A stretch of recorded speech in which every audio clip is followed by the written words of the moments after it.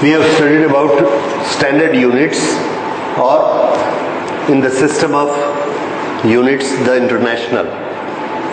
उसमें हमने कुछ यूनिट्स बनाए और पूरे देशों ने all the countries in the world they have taken those units as their standards. That is the system international है SI system. लेकिन अलग अलग लोकेशन में हम लोग प्रैक्टिकली जो काम कर रहे थे उसमें कुछ पुरानी यूनिट्स हमारी चल रही थी और हमने ये देखा कि वो यूनिट्स में हमको काम करके बहुत कन्वीनियंट होता है. The units measured by standard units international system, उस सिस्टम में एक क्वांटिटी को एक्सप्रेस करने के लिए वी मस्ट नो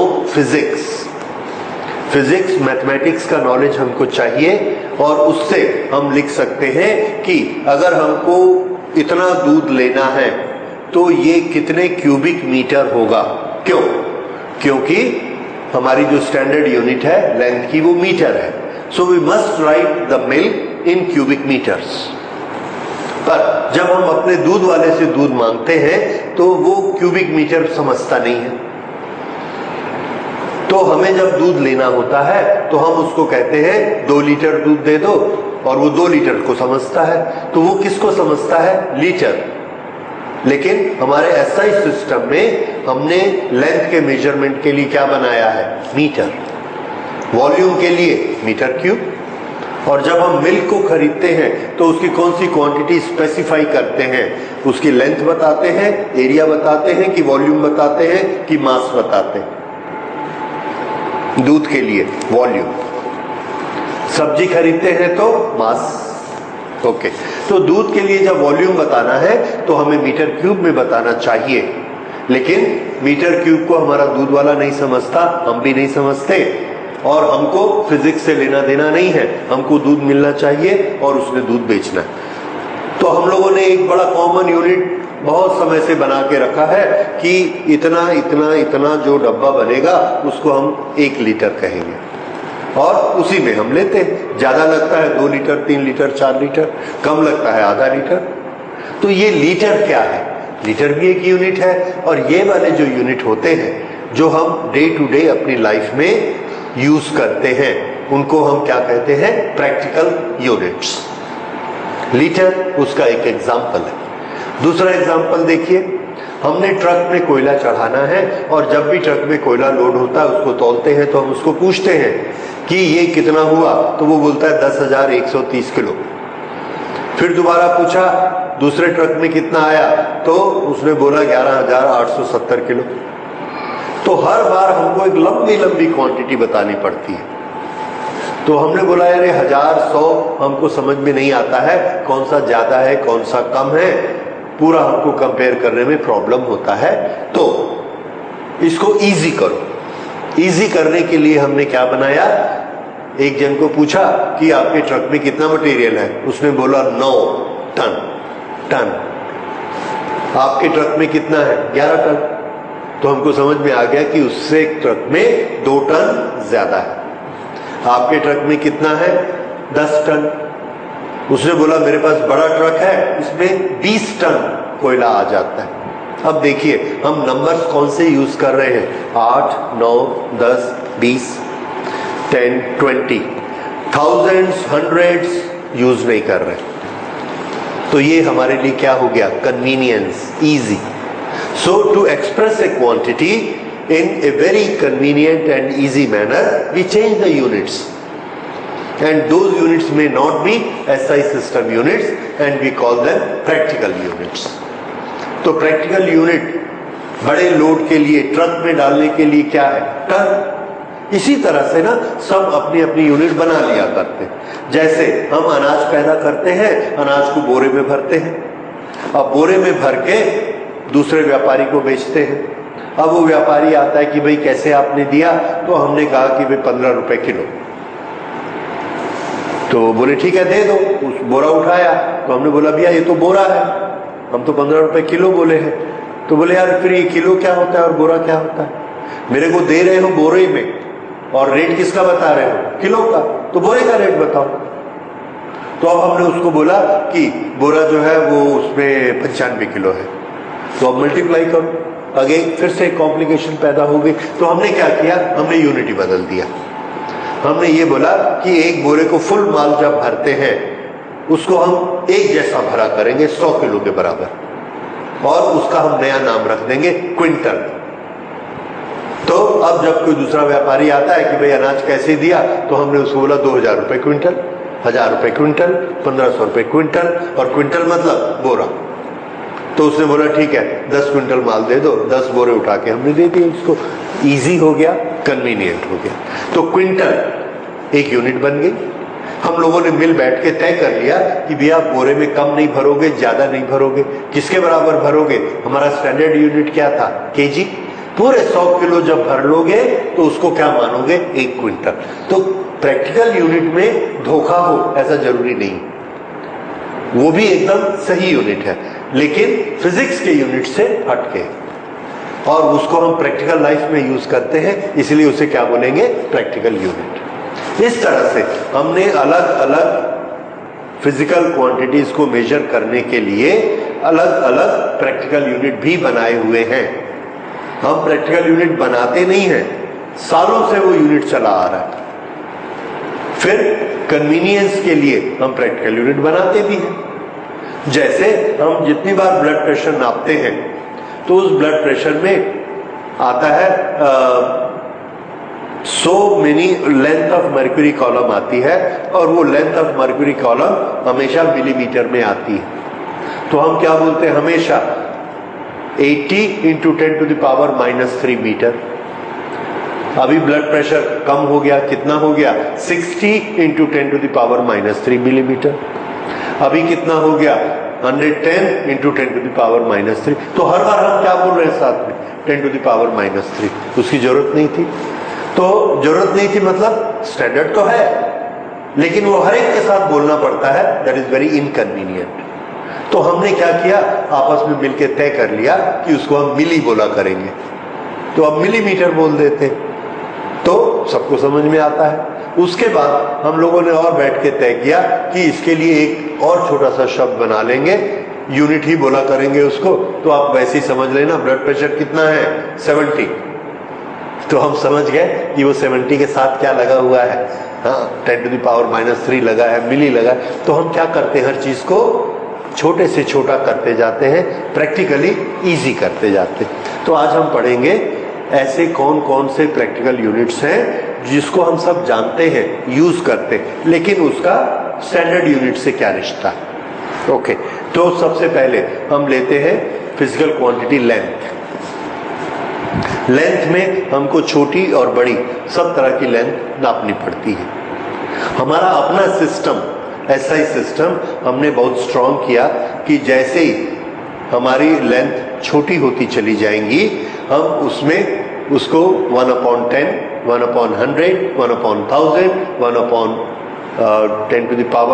5, 6 इस तरह से छोटा करते जाएंगे, और हमने सबके लिए एक नाम रख लिया। वो नाम अब अभी हम पढ़ लेंगे। लेकिन जो पहले से प्रैक्टिकल यूनिट चली आ रही थी, उसमें हमने लेंथ के लिए कुछ यूनिट बनाई हुई हैं, और वो हम किसके लिए यूज करते हैं, देखिए, बड़ी लेंथ और छोटी लेंथ। लेंथ के लिए अगर कोई लेंथ बहुत बड़ी है तो हमको एक्सप्रेस करने के लिए लगाना पड़ेगा so many lakh, so many thousand, so many hundred, so much, इतनी बड़ी लेंथ। कहाँ यूज होती है ये, तो आंसर है अर्थ से सन कितना दूर है, इसको अगर हमको नापना है तो एक बड़ी सी लेंथ लिखनी पड़ेगी। फिर सन से मर्क्यूरी कितना दूर है, सन से जुपिटर कितना दूर है, ये सब हमको दूरियां चाहिए, और ये सब दूरियां लाखों किलोमीटर में आती हैं, और हर एक का हमको नंबर याद रखना पड़ता है, दैट इज वेरी इनकन्वीनियंट। और ये वाले जो डिस्टेंस है, प्लैनेट टू प्लैनेट डिस्टेंस, इसको मेजर करने के लिए हमने एक नया प्रैक्टिकल यूनिट बनाया।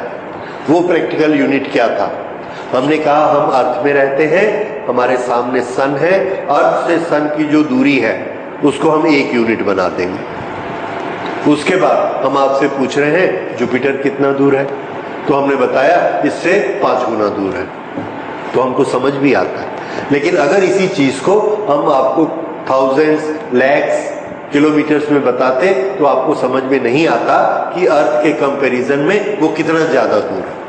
और अभी समझ में आता है कि कोई भी दूसरा प्लेनेट अर्थ के कंपैरिजन में 2 टाइम्स ज्यादा डिस्टेंस पे है, 4 टाइम्स ज्यादा डिस्टेंस पे है, या हाफ डिस्टेंस पे है।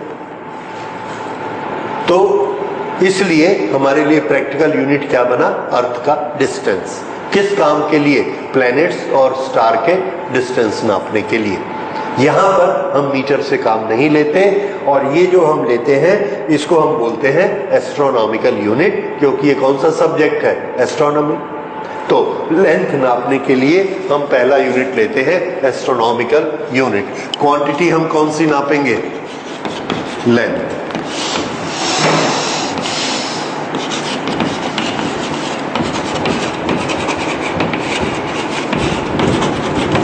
एस्ट्रोनॉमिकल यूनिट, और इसको शॉर्ट में लिखेंगे AU। ये एस्ट्रोनॉमिकल यूनिट। ओके, अब कितनी होती है एस्ट्रोनॉमिकल यूनिट? तो हम इन्हें डिफाइन किया। हमारे लिए क्या कन्वीनियंट है कि अर्थ से सन का जो डिस्टेंस है उसी को हम 1 यूनिट मान लेते, और फिर दूसरे, तीसरे, चौथे प्लेनेट को उससे कंपेयर करते चले जाएंगे। तो इसकी हमने डेफिनेशन बना दी।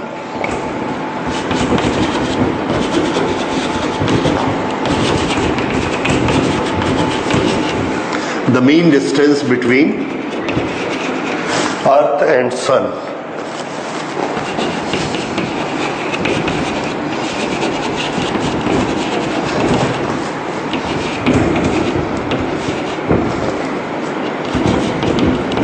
ये मीन डिस्टेंस क्यों? क्योंकि हमको बाद में पता चला कि सन के चारों तरफ जो अर्थ घूमती है वो सर्कुलर पाथ में नहीं घूमती है, थोड़ा सा वो पाथ इलिप्टिकल होता है। इलिप्टिकल मीन्स एक तरफ की एक्सिस कम और एक तरफ की एक्सिस ज्यादा। ये इतना इतना और ये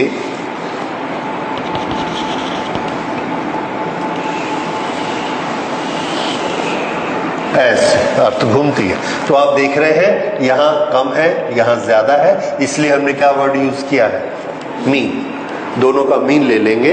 ये मीन डिस्टेंस अर्थ का जो होता है उसी डिस्टेंस को हमने क्या मान लिया? 1 एस्ट्रोनॉमिकल यूनिट।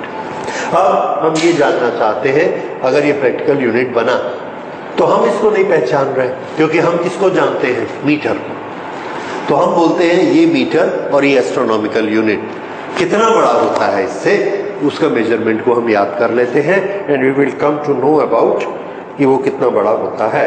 ओके, तो नोट करिए 1 astronomical unit is equal to 1.496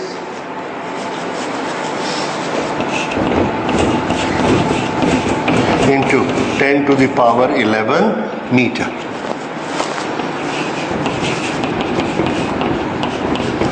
और इसको इतना बड़ा भी हम याद नहीं करना चाहते, अप्रॉक्सीमेटली रखते हैं। This is 1.5 into 10 to the power 11 metre. This is approximate. ये आ गया 1 astronomical unit, and this is the average of distance between sun and earth. ठीक है।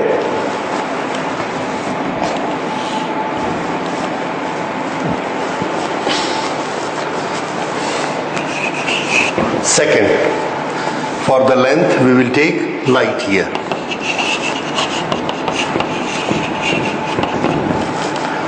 Light year unit।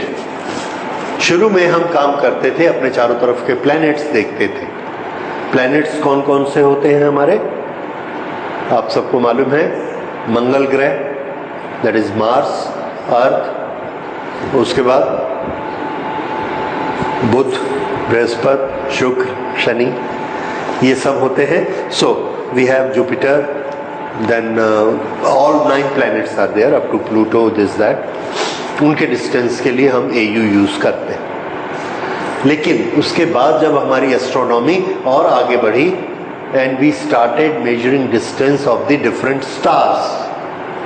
स्टार बहुत ज़्यादा दूर होते हैं और उसको AU में नापने से भी थोड़ा सा ज़्यादा बड़ी क्वांटिटी बन जाती थी।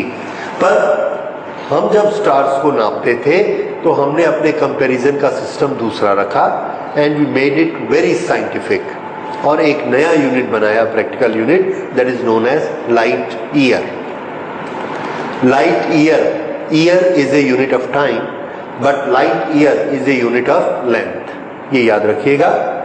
ओके, ये लेंथ का यूनिट कितनी लेंथ को दिखाता है, तो पहले हमने इसकी डेफिनेशन बनाई, उसके बाद इसको मीटर में कन्वर्ट करके नाप लिया। ओके, डेफिनेशन क्या बनी? लाइट ट्रेवल करती है, बहुत ज्यादा स्पीड से ट्रेवल करती है, उसकी स्पीड 3 × 10⁻, यस, ये सबको आपको मालूम है। ओके, तो ये लाइट ने यहां से ट्रेवल करना शुरू किया ऐसे,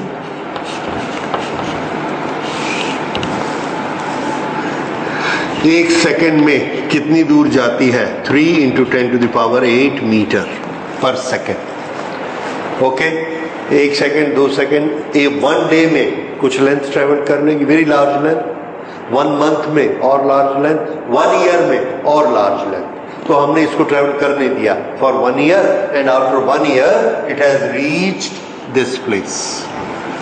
ये वाली जो लेंथ है, इस लेंथ को हम बोलेंगे 1 लाइट ईयर। 1 ईयर, 1 ईयर में कौन ट्रेवल किया? लाइट। तो इसीलिए इस लेंथ का नाम क्या दिया? 1 light year. So 1 light year is the length which is traveled by the light in the time period of 1 year। और इसको हमने as it is नोट कर लिया जो हम। Okay, so this is 1 light year is length which is traveled by light in 1 year।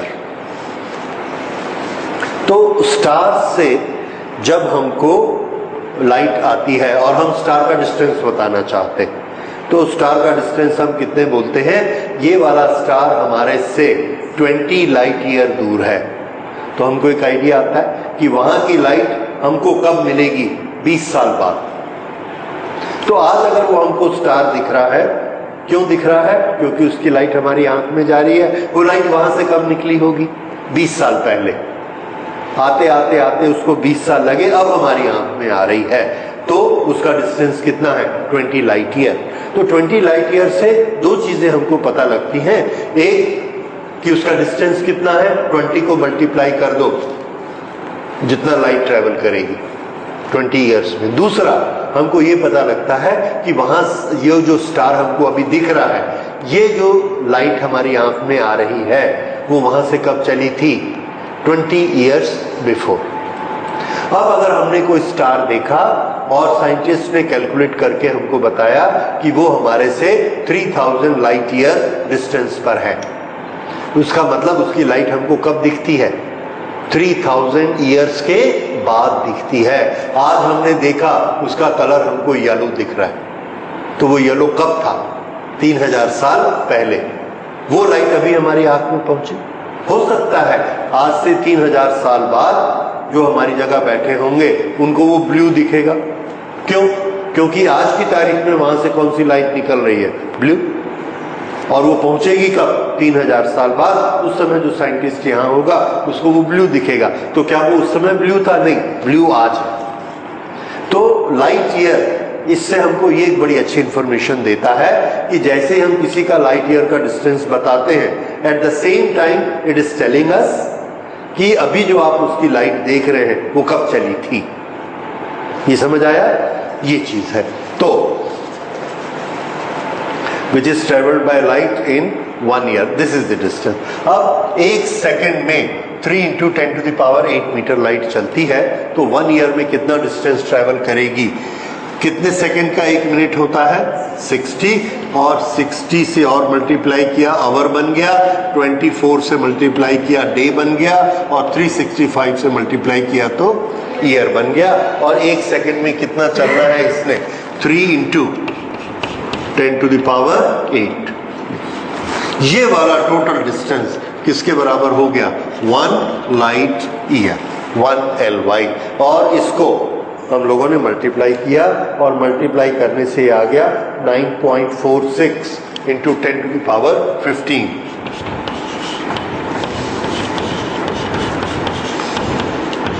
क्या? Metre. क्योंकि ये क्या है? 3 into 10 to the power 8 metre per second. तो इस मीटर को हमने मीटर रहने दिया, सेकंड के हमने देख लिया 1 साल में कितने सेकंड होते हैं, उससे मल्टीप्लाई कर दिया।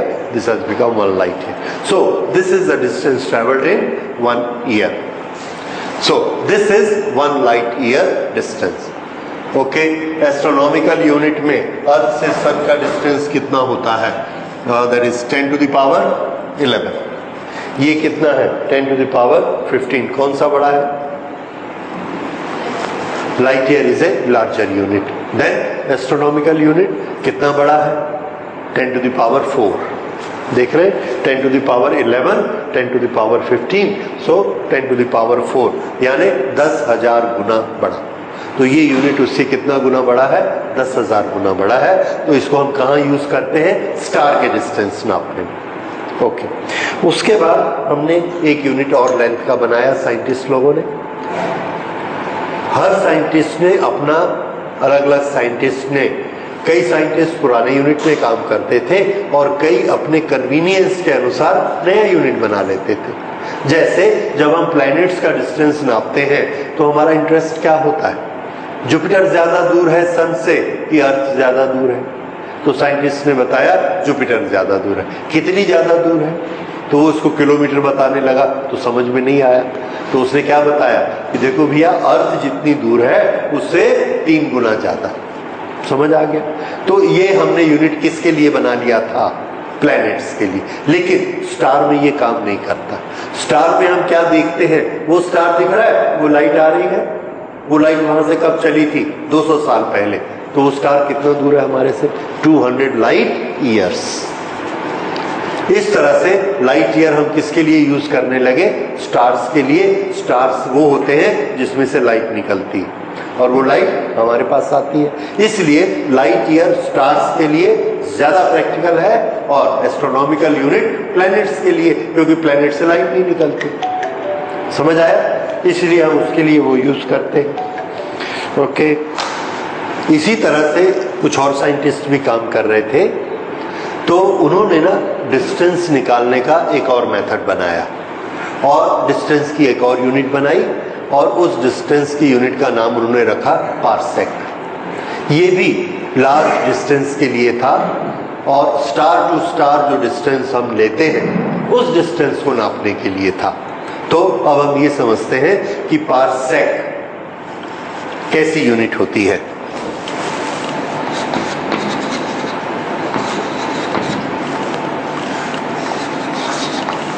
दैट इज पर सेकेंड। पर सेकेंड, ये वाला सेकेंड टाइम का सेकेंड नहीं है, ये एंगल का सेकेंड है। एंगल का सेकेंड क्या होता है? देखिए, यहां से हमने एक लाइन ली और इस लाइन को पूरा ऐसा एक सर्कल घुमा दिया, ये ऐसा। ये कितना डिग्री बनता है? 360 डिग्री। ठीक है? तो 1 डिग्री कितना होता है? इसके 360 पार्ट्स कर दीजिए। यहां तक कितने पार्ट्स आएंगे? 180। यहां तक कितने पार्ट्स आएंगे? 90। और इसमें से हमने ये बना दिया, ये कितना है? 1 डिग्री बना सकते। Now you understand? तो एंगल होता क्या है? Angle is inclination between the two lines. एक लाइन के ऊपर दूसरी लाइन कितनी झुकी हुई है, ये एंगल होता है। और उसका ये वाला एक मेजरमेंट बन गया 1 डिग्री। ठीक है? अब ये जो 1 डिग्री है ऐसे फैलता है 1 डिग्री, और दूर जाएंगे ऐसा बड़ा होता जाएगा। यहां से हम लाख किलोमीटर दूर चले गए, तो वहां जाके हमने क्या देखा, बहुत बड़ा हो गया ये वाला डिस्टेंस, ये वाला डिस्टेंस, ये वाला डिस्टेंस, तो ऐसा दूर चले गए, बहुत बड़ा हो गया। हमने क्या किया, वहां जाकर थोड़ी दूर जाकर इसके 60 पार्ट कर दिए, 60, और इसमें से ये 2 पार्ट से ऐसे 2 लाइन लेके लाए ऐसे। अब हम क्या देखते हैं कि इन 2 लाइन के बीच बहुत छोटा एंगल बना, यहाँ पे 1 डिग्री के कितने हिस्से कर दिए, 60। वो जो एक टुकड़ा बनता है उसका नाम हमने रखा 1 मिनट। क्या नाम रखा, मिनट। जो टाइम में भी यूज करते हैं मिनट, वही मिनट इसमें भी। तो और उसका साइन रखा 1, और ये होता कितना है, ये, ठीक है, 1 मिनट। ठीक, तो 1 मिनट की 2 लाइन ऐसे झुकी हुई, चलते चलते चलते चलते 1 करोड़ किलोमीटर दूर चले गए, वो भी काफी फैल गई। वहां पर या कहीं पर भी हमने फिर उसके 60 टुकड़े कर दिए ऐसे 60, और ये 2 लाइन के बीच में जो एंगल बना वो कितना हो जाएगा, इस 1 मिनट का भी 1/60, इतना छोटा एंगल। तो ये जो इतना छोटा एंगल बना, इसका नाम हमने रखा 1 सेकेंड। ये तो ये यूनिट क्या बन गया, 1 सेकेंड।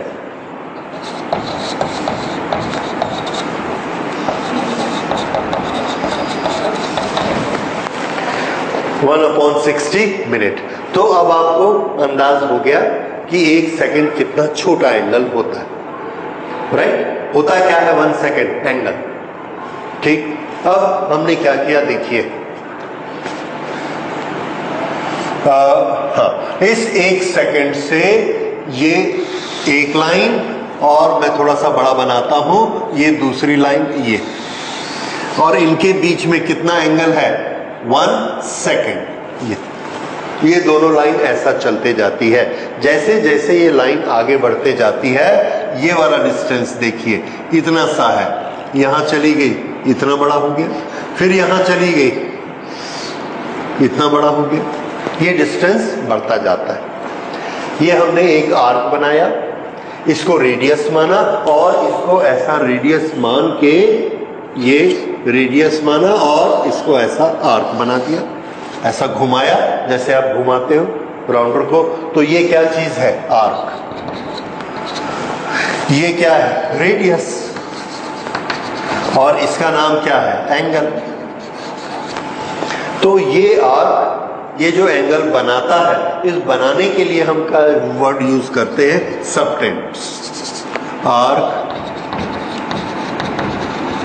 Subtends angle.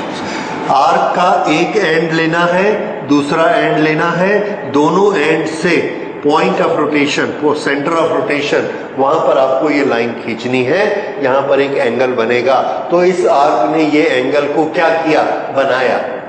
उस बनाने के लिए बनाया तो हमने, तो फिर इसको क्या बोलेंगे, इसने क्या किया, तो इसके लिए इंग्लिश में हम क्या वर्ड यूज करते हैं, सबटेंड। इसने सबटेंड किया एंगल। तो जब भी वर्ड सबटेंड आएगा, जैसे मैं आपको बोलूंगा कि ये वाला डस्टर यहां पर कितना एंगल सबटेंड करता है, कैसे निकालोगे, यहां से एक लाइन ऐसे, यहां से एक लाइन ऐसे, जो एंगल बनेगा उसको हम कैसे एक्सप्लेन करेंगे, angle subtended bye duster on this point.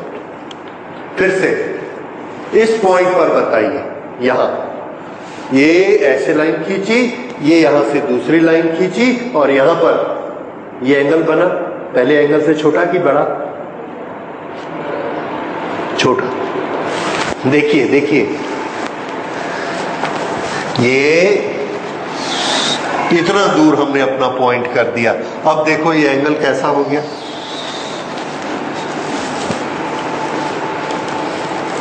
छोटा एंगल है। तो जैसे जैसे डिस्टेंस बढ़ता जाएगा, एंगल क्या होता जाएगा, छोटा। ठीक है, तो डिस्टेंस बढ़ते जाता है और एंगल छोटा होते जाता है। ये देखिए, ये इतना बड़ा एंगल, इतना छोटा एंगल, ये इतना छोटा एंगल। तो ये डिस्टेंस, एंगल और ये आर्क, इसका रिलेशन हमने एंगल की डेफिनेशन में मैथमेटिक्स में पढ़ा है। वो क्या होता है?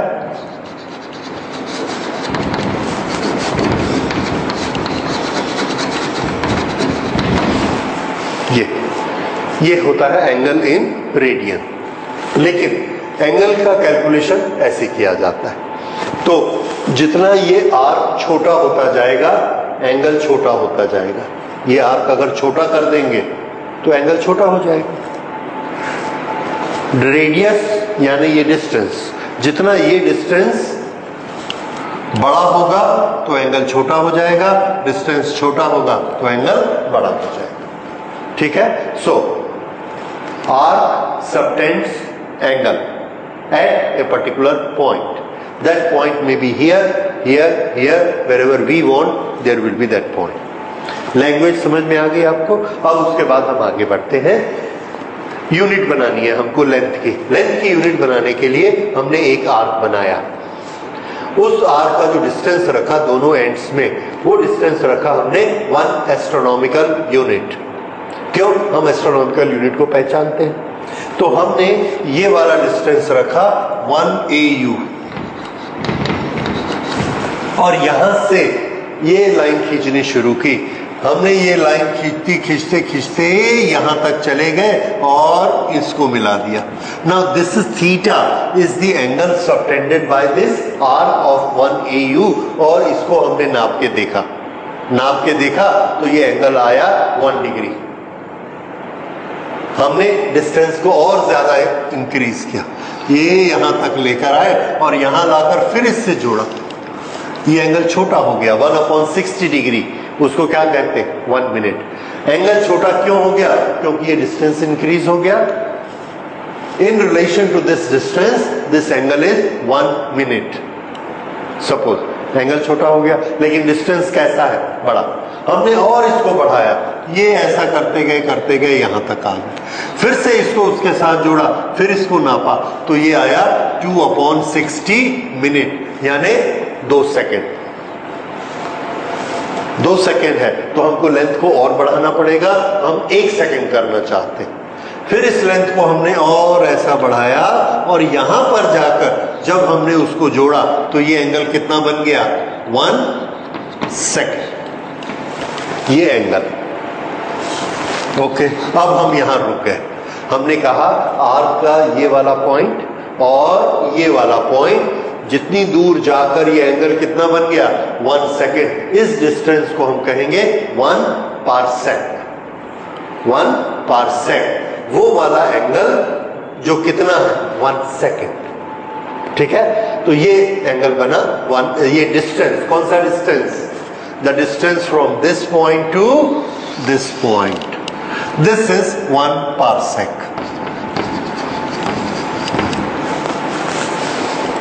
यहां डिस्टेंस कितना लेना है हमको? ये फिक्स 1 एस्ट्रोनॉमिकल यूनिट। ये जो एंगल सबटेंड होगा, ये पॉइंट हम सर्च कर रहे हैं, उस पॉइंट की क्वालिफिकेशन क्या है कि वहां पर अगर हम एंगल बनाएंगे तो कितना बनना चाहिए? 1 सेकेंड। अगर नजदीक होगा तो बड़ा हो जाएगा, दूर होगा तो छोटा हो जाएगा। वो पॉइंट हमने सर्च किया जहां पर एंगल कितना बनेगा? 1 सेकेंड। उस पॉइंट का उससे जो डिस्टेंस होगा, that distance will be known as 1 parsec. ठीक? तो इसी के बेसिस पर अब हम इसकी डेफिनेशन लिख सकते हैं। What is parsec? Parsec is that distance which is subtended by an arc equal to 1 astronomical unit and which subtends an angle of 1 second at that point. Then that distance is 1 parsec। और इसको अब हम लोग लिख लेते हैं parsec को।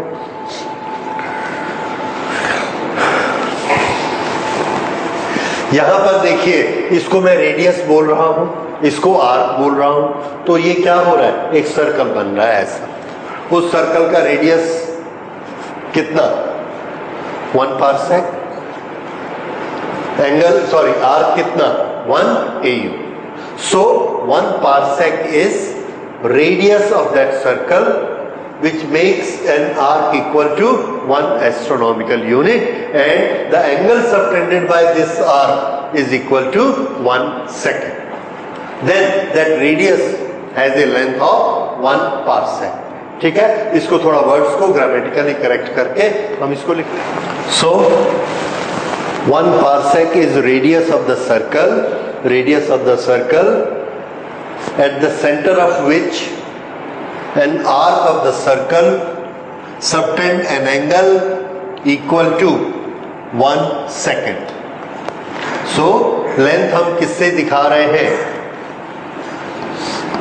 Radius. ये रेडियस लेंथ कितनी होती है? 1 पार्सेक. 1 पार्सेक इज रेडियस, और ये रेडियस किसका है उसकी डिस्क्रिप्शन हमने अगली 2 लाइन में दे दी कि एक सर्कल का रेडियस है और उसका आर्क कितना बड़ा बनाना है? 1 एस्ट्रोनॉमिकल यूनिट का आर्क होना चाहिए और उसका एंगल कितना होना चाहिए? 1 सेकेंड. 1 सेकेंड में ही ऐसा 1 एस्ट्रोनॉमिकल यूनिट बना ले. इतना डिस्टेंस हमको लेना है, और वो डिस्टेंस जब हमने कन्वर्ट किया, मैथमेटिकली आप भी कन्वर्ट कर सकते हैं, because we all know this equation. इससे हम ऐसा बना सकते हैं, और ये करके जब हम करेंगे तो रेडियस किसके बराबर आता है? 3.1 into 10 to the power 16 metre. This is the exact value, पर इसको हम लोग इजी करते हैं, कम डिजिट में करते हैं, तो दिस इज 3.1 राउंडिंग करने के बाद में. So we remember this thing. अब हमने देखा तीनों को कंपेयर करके, this is 10 to the power 16, 10 to the power 15 और 10 टू द पावर 11. कौन सा यूनिट ज्यादा बड़ा होता है? Parsec is the largest unit. तो थोड़ा सा आप चाहें तो कन्वर्शन नोट कर सकते हैं, बट वी शुड अंडरस्टैंड कौन सा बड़ा है और कौन सा छोटा है. तो 1 light year is equal to 6.3 into 10 to the power 4 astronomical unit. और इसी तरह से 1 parsec ये लाइट ईयर से भी बड़ा होगा, और ये कितना होता है? This is 3.26 light year. ये 1 पार्सेक होता है. अच्छा, ये हो गया. ये आपने प्रैक्टिकल यूनिट्स देखे किसके लिए? एस्ट्रोनॉमर्स के लिए. पर हम लोग अभी भी अपने घरों में ये यूनिट नहीं यूज करते, क्योंकि ये तो एस्ट्रोनॉमी के हैं, स्टार्स के हैं. कुछ ऐसे यूनिट होते हैं जो हम अपने घर में यूज करते हैं. जैसे हम लोगों को मालूम है कि इस टेबल की हाइट 2.5 फुट होती है. फुट, फीट, ये हमारा प्रैक्टिकल यूनिट है, क्योंकि हम पुराने ब्रिटिशर्स के जमाने से वो यूनिट यूज करते आए हैं. तो हमको एक आइडिया बन गया है कि 1 गज 1 यार्ड इतना बड़ा होता है, और उसमें 3 फुट होते हैं. 1 फुट करीब करीब इतना होता है. 1 फुट में 12 इंच होते हैं. ये चीज हमारे सिस्टम के साथ इंडिया में इतनी ज्यादा जुड़ी हुई है कि अभी आप बाजार से स्केल लेने जाएंगे तो आपको स्केल 1 मीटर की मिलती है, 50 सेंटीमीटर की मिलती है, 20 सेंटीमीटर की मिलती है, या 10 सेंटीमीटर की मिलती है. आपने देखा है कभी? आपको जो स्केल मिलती है 12 इंच यानी 1 फुट की मिलती है अभी भी, और उसमें जब आप सेंटीमीटर ढूंढने जाओगे तो आपको दिखेगा 24 सेंटीमीटर. ना तो वो 10 की बनाते हैं, ना 20 की, ना 30 की. 24 की क्यों बनाते हैं बीच में? और वो भी 24.5, 25 सेंटीमीटर की स्केल बनाते. क्यों? क्योंकि हम शुरू से स्केल बनाते आ रहे हैं 1 फुट की, और वही 1 फुट अभी भी चल रहा है. तो हमको, हमारा ये कहना है कि हमको क्या जरूरत है, जब हमको समझ में आता है, आपको समझ में आता है कि एक कमरा कितना बड़ा बनाना है, तो हमने कहा 10 बाई 10 का. 10 बाई 10 क्या है? 10 फुट बाई 10 फुट. तो हम सबको समझ में आ जाता है कि 10 फुट बाई 10 फुट कितना बड़ा होता है. अगर मैं आपको ये बोलूंगा कि आपका कमरा 323 सेंटीमीटर लंबा है, तो आप सोचोगे 323 सेंटीमीटर कितना बड़ा होता होगा? इतना बड़ा होगा कि इतना बड़ा होगा? आप इमेजिन नहीं कर सकते. लेकिन 10 फुट बाई 10 फुट बोलूंगा तो सबको मालूम है, क्योंकि सबका कमरा 10 बाई 10 फुट होता है. तो फुट हमारी प्रैक्टिकल यूनिट है. उसी तरह से इंच, इंच भी हमारी प्रैक्टिकल यूनिट है। हम सबको मालूम है कि हम ऐसा एक बित्ता करते हैं। एक बित्ता कितना होता है? 9 इंच। बड़ा हाथ होगा तो 9 इंच, छोटा हाथ होगा तो 8 इंच। तो ये प्रैक्टिकल यूनिट्स हैं सब। तो ये थोड़े से प्रैक्टिकल यूनिट जो ब्रिटिश टाइम से हमारे साथ जुड़े हुए हैं। वी मस्ट नो, जब तक हम यहाँ इंडिया में रहते हैं और यूज कर रहे हैं, तो we must know what are their translation into the standard units, conversion to the standard units. तो ऐसे कुछ यूनिट्स देखिए।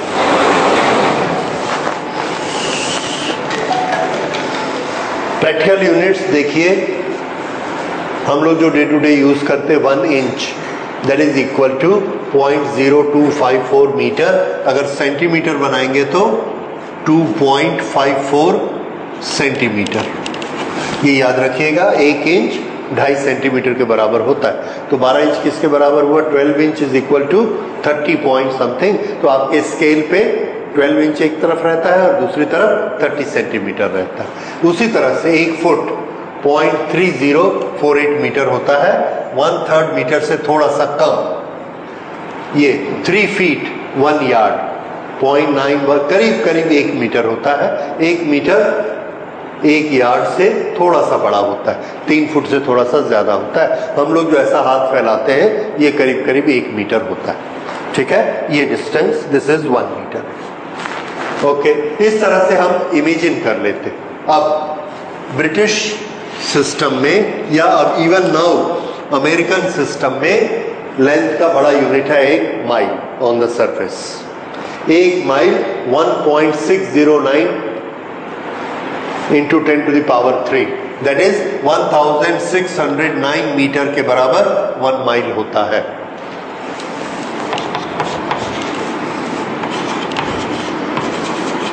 अगर इसको यार्ड में कन्वर्ट करेंगे दैट इज इक्वल टू 1710। तो हम लोग बचपन में याद करते थे 1710 गज का 1 मील होता है। ओके, 1 माइल के अलावा आप एक और शब्द सुनते हैं, नॉटिकल माइल्स। जब हम समुद्र की यात्रा में जाते हैं तो पृथ्वी ऐसा गोल घूमती है। तो जब कोई चीज ऐसा गोल घूमती है, ये तो मैंने आपसे पूछा कि यहां से यहां डिस्टेंस कितना है, आपने कहा 10 माइल। तो 10 माइल आपका मतलब इससे है या आपका मतलब इससे है? जहाज किससे जाता है? ऊपर ऊपर से।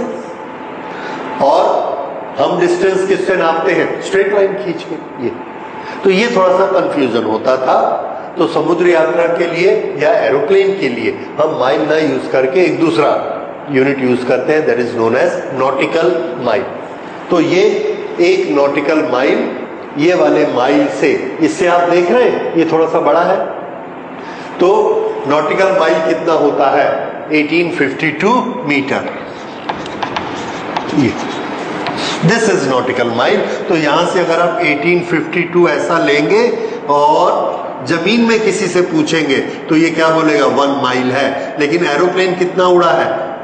1 पॉइंट, ये यहां से यहां का डिस्टेंस 1600 मीटर 1 माइल। लेकिन यहां से यहां का डिस्टेंस 1800 मीटर और ये बराबर अपनी हाइट पर पहुंचे। तो ये क्या बोलेगा सरफेस वाला कि मैं 1 माइल गया हूं, हवाई जहाज मेरे ऊपर है। वो क्या बोलेगा? मैं 1 नॉटिकल माइल गया हूं। क्यों? वो 1 माइल नहीं बोल सकता, उसका 1 माइल तो यही खत्म हो जाएगा। तो इसलिए ये क्या बोलता है? 1 नॉटिकल माइल। तो 1 नॉटिकल माइल हमेशा 1 माइल से थोड़ा सा बड़ा होगा। ये हमारे कॉमन।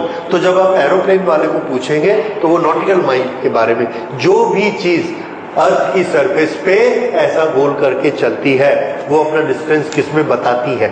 नॉटिकल माइल्स में। और जब हम अर्थ की सरफेस पे सीधा चलते हैं तो हम किस में बताते हैं? माइल्स में। ओके, तो ये हमारे यूनिट हो गए। अब बहुत छोटी चीजें हम नापते हैं। छोटी चीजों को नापने के लिए हमको बड़े छोटे छोटे मेजरमेंट चाहिए। जैसे हम मटेरियल के अंदर में एंटर किए तो एक एटम, एक मॉलिक्यूल हमने पकड़ा, उससे दूसरा मॉलिक्यूल लिया तो वो उससे 2 गुने साइज का था, तीसरा मॉलिक्यूल लिया वो उसके आधे साइज का था, चौथा मॉलिक्यूल लिया उससे 4.5 गुना बड़ा था। तो ये सारे साइज किसके आसपास घूम रहे हैं? एक मॉलिक्यूल साइज के आसपास घूम रहे हैं।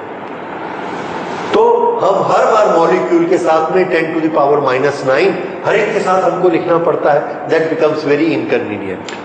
तो हमने ना उसका एक नाम रख लिया। पहले एक मॉलिक्यूल को नापा और वो मॉलिक्यूल जो था 10 टू द पावर -9 मीटर के अप्रोक्सीमेट होता था। तो इसका नाम हमने रख लिया 10 टू द पावर -9 मीटर का नैनो।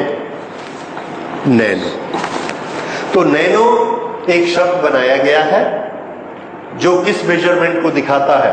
10 टू द पावर -9 को दिखाता है। और ये हमने किस लिए बनाया? तो आंसर है ये हमने बनाया मॉलिक्यूल के साइज के लिए। किसके लिए? मॉलिक्यूल। तो ये किसको रिप्रेजेंट करता है? मॉलिक्यूल को रिप्रेजेंट करता है। Standard molecule size. तो कोई मॉलिक्यूल इससे 4 गुना बड़ा हो जाएगा, कोई 2 गुना छोटा हो जाएगा, कोई 20 गुना बड़ा हो जाएगा, लेकिन सब 10 टू द पावर -9। समझ में आया? उससे जो थोड़ा बड़े पार्टिकल होते हैं, पहले मुझे उसे बताना चाहिए था। जब हमको आंख से दिखना बंद हो जाता है, ये पार्टिकल हमको आंख से दिख रहा है, ये 4 सेंटीमीटर है, 1 सेंटीमीटर और छोटा हो जाएगा, और उसे 10 गुना छोटा कर दिया 1 मिलीमीटर। स्केल में हम देखते हैं तब भी हमको दिखता है 1 मिलीमीटर। और छोटा हमने 1 मिलीमीटर कितना होता है मीटर में? 10 टू द पावर -3। और छोटा कर दो 10 टू द पावर -4, और छोटा कर दो 10 टू द पावर -5। अब हमको दिखना करीब करीब बंद हो जाता है, वो चीजें हमको नहीं दिखती। 10 टू द पावर -4 के नीचे आंख से हम उन चीजों को अलग अलग नहीं देख सकते। पूरा हमको दिखता है पानी, लेकिन पानी का एक एक पार्टिकल नहीं दिखता। क्यों? उनके बीच का डिस्टेंस बहुत छोटा हो गया। ये आप क्लास 12 में पढ़ेंगे कि हम उनको रिजॉल्व नहीं कर सकते, अलग अलग नहीं देख सकते।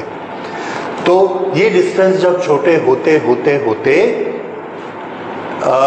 बहुत छोटे हो जाते हैं, 10 टू द पावर 5 से भी कम, तो उसको देखने के लिए हमको एक इंस्ट्रूमेंट यूज करना पड़ता है। आप सब जानते हो, उसको हम कहते हैं माइक्रोस्कोप। तो ये वाला जो साइज होता है 10 टू द पावर -6, यानी 1 अपॉन ये 1 2 3 4 5 6,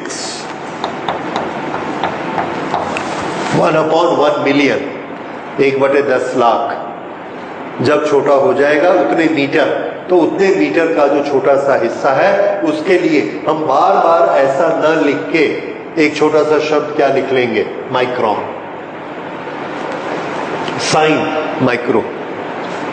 तो ये जो माइक्रो साइन बना है, माइक्रोन साइन बना है, ये हमने किसके लिए बनाया? 10 टू द पावर -6 के लिए। अब हम बाजार में पॉलीथीन लेने जाते हैं। पॉलीथीन वाला बोलता है कितना मोटा पॉलीथीन चाहिए, तो हम कहते हैं 4 माइक्रोन का। ठीक है। दूसरा आदमी आता है, बोलता है मेरे को जरा ज्यादा मजबूत चाहिए, एंड आई वांट 6 माइक्रोन।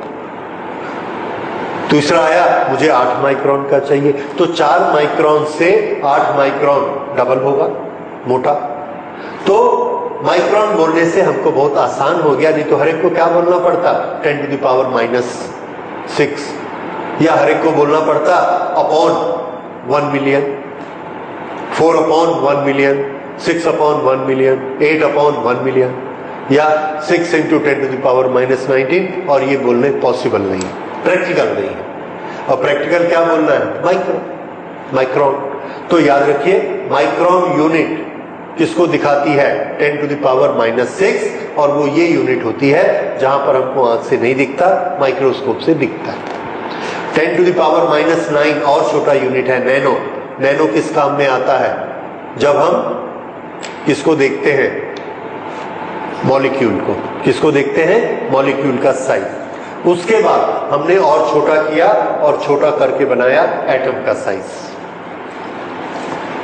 -9 कितने? 0 9। उसके बाद और हमने छोटा किया -10, 10 गुना और छोटा। वैसा भी हमको एक पार्टिकल मिला, वो पार्टिकल था एटम। तो एटम का जो साइज होता है वो कितना होता है? 10 टू द पावर -10। इसलिए अब चूंकि छोटा एटम, बड़ा एटम, 200 तरह के एटम है, ये 182 टाइप के एटम्स है, हर तरह के एटम है और हर एक का साइज छोटा बड़ा होता है, तो हम हर एक के साथ बार बार इसको नहीं लिखना चाहते, इसलिए हमने इसके लिए एक छोटा नाम क्या रख दिया, एंगस्ट्रॉम। क्या नाम रखा, एंगस्ट्रॉम। और एंगस्ट्रॉम का मतलब क्या होगा, 10 टू द पावर -10। ये समझ आ गया। उसके बाद हमने फिर नेचर में ढूंढा उससे छोटी चीज, 10 टू द पावर -11 वाली कोई चीज नहीं मिली, तो हमने उसका यूनिट बनाया ही नहीं। 10 टू द -12 वाली कोई चीज नहीं मिली, नहीं बनाया। एटम से छोटा करते करते करते हमको क्या मिला, प्रोटॉन, न्यूट्रॉन, इलेक्ट्रॉन। उनके जो साइज थे एस्टिमेट हमने किया, कैलकुलेट किया, वो 10 टू द पावर -15 आते थे। तो 10 टू द पावर -15 फिर हमको बार बार बोलना पड़ेगा, इसलिए हमने उसके लिए एक शब्द बना दिया और वो शब्द क्या था, फर्मी। सो 1 फर्मी कितना होता है, 10 टू द पावर -15। तो इसके बीच में बाकी को क्या बोलते हैं, हम बोलते कुछ नहीं बोलते। क्यों नहीं बोलते, क्योंकि वैसी कोई चीज है ही नहीं हमारे नेचर में, इसलिए ज्यादा यूज नहीं होगा, जरूरत पड़ेगा तो उसको लिख लेंगे 10 to the power -12, 10 to the power -13। तो इसलिए प्रैक्टिकल यूनिट एक और क्या बन गया, फर्मी। ये सबसे छोटा यूनिट हो गया 10 टू द पावर -15। तो 10 टू द पावर -20 क्यों नहीं बना लिया हमने, वही रीजन, वैसी कोई चीज होती नहीं है। तो हमको जो सबसे छोटा पार्टिकल मिला है वो फेम्टोमीटर से नापा जाता है या फर्मी से नापा जाता है। This is known as 1 femtometre also. तो इस तरह से ये वाले जो मेजरमेंट हैं ये कौन से हो गए, स्मॉल मेजरमेंट्स, और ये वाले practical measurements on the surface, ये वाले इन द स्काई। तो स्काई पे लेंथ के यूनिट, सरफेस पे लेंथ के यूनिट, और मटेरियल के अंदर एटॉमिक साइज में लेंथ के यूनिट। ये सारे यूनिट को हमने अलग अलग प्रैक्टिकल नाम दे दिए उनके यूज के लिए, ठीक है। So these are the practical units of the length.